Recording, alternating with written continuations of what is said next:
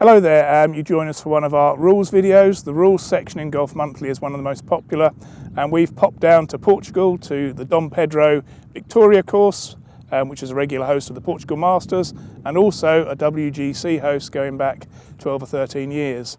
And this video here we're going to look at some of your queries that you've raised in recent videos we've put out on our YouTube channel.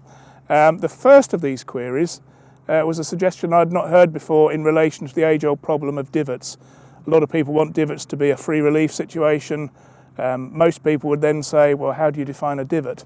The suggestion here from someone called Fran Henry was, why don't we allow golfers one preferred lie around that they can choose to use whenever they want? I think that's quite an interesting suggestion, one I've not heard before. Would it ever come to pass? I'm not sure, but I quite like the idea. It's a bit different. You may remember back in 2015 in the Open, Mark Leishman in the playoff with Zach Johnson and Louis Oosthuizen ended up in a divot on the first playoff hole, one of the most important holes of his career. Ended up making bogey when the other two both made birdie and never really got back into the playoff. Would it have been right to get a free drop in that situation with golf's oldest trophy on the line? I'm not so sure.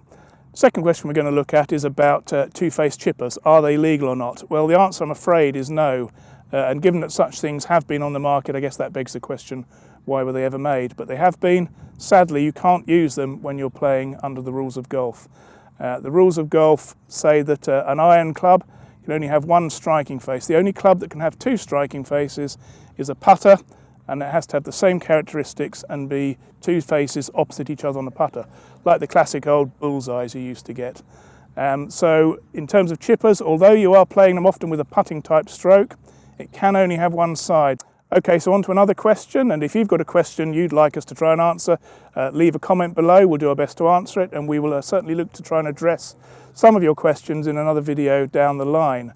If you're liking this video, then please let us know by clicking the like button here. Now the next question we've got concerns unplayable balls in bunkers. We did another video recently. Someone commented it wasn't clear that you had to drop within a bunker when you're taking an unplayable lie in a bunker. Well, that's true if you're proceeding under options B and C of the unplayable ball rule, which is rule 28. That is dropping back on line or dropping within 2 club lengths. But of course you can always go back to where you last played from under penalty of stroke and distance. So you can drop outside a bunker, but just only under one of the options.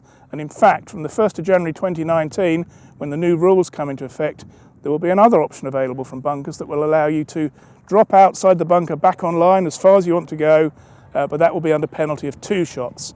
So if you're in there from your tee shot on a par 3, you can't play the ball in any way, you don't fancy your chances, you could now go back behind the bunker and play your 4th shot back over the top. As I say, not now, from 1st of January 2019.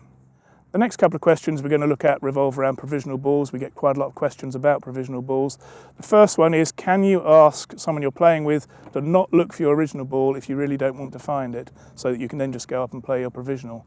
Well, the answer is you can certainly ask them, but they don't necessarily have to stick to what you've requested. Most people you play with would, certainly in a stroke play environment. I don't think anyone would be too worried if you said forget that one. In match play it might be slightly different if it's fairly crucial and they think you're going to be in more trouble where the original is than where your provisional has come to rest. Let's say it's a par 3 and you've knocked the provisional stone dead. But I think for the enjoyment of all, it's probably best if most people don't go and look when asked. But the reality is they are within their rights to do so, and if they find it before you've played your provisional, then that becomes the ball in play. The original becomes the ball in play, and you'll have to do whatever you have to do with that ball, even if that means going back to the tee. We've actually got a couple more provisional ball inquiries. Recently someone commented that he thought you had to play the same make and model. If you hit an original ball, lost it, thought it might be lost, your provisional then had to be exactly the same make and model. In fact, you could play a brand new gleaming Titleist Pro V1X, as here, decide that maybe you're not playing particularly well that day, rummage in your bag, find a really old tour special with a little smiley face and use that as your second ball, as long as the one ball condition is not in effect. And by and large, that's only for professional and elite amateur events. So most club golf competitions, you can pretty much use whatever ball you like as long as it's on the conforming list. The final provisional ball question is an age-old perennial that we get quite a lot. It's if you find your original and it's not in a very desirable position, can you then go and play a provisional ball which is right down the middle of the fairway? Well, unfortunately, the reality is you can't. Once you've found the original, that is the ball in play, and the rules of golf, if they don't allow one thing, it's they don't allow you a choice between which ball you play. Once you've found the original, you have to proceed with that. Unfortunately, even if that means going back to the tee, then hitting that ball into exactly the same spot that your provisional was lying just moments earlier. One final question in this little video is about dropping, and can the ball roll up to 2 club lengths further from where it lands when you drop the ball? Well, the answer is yes, at the moment it can. So if you're taking a penalty drop, 2 club lengths, you can drop the ball just inside 2 club lengths. It can then roll up to another 2 club lengths away from where it first strikes a part of the course. As long as it's a legitimate drop and your ball hasn't rolled near the hole, you can then play from pretty much 4 club lengths away from whatever you were trying to get away from. 3 club lengths if it was a free drop from a cart path or something like that.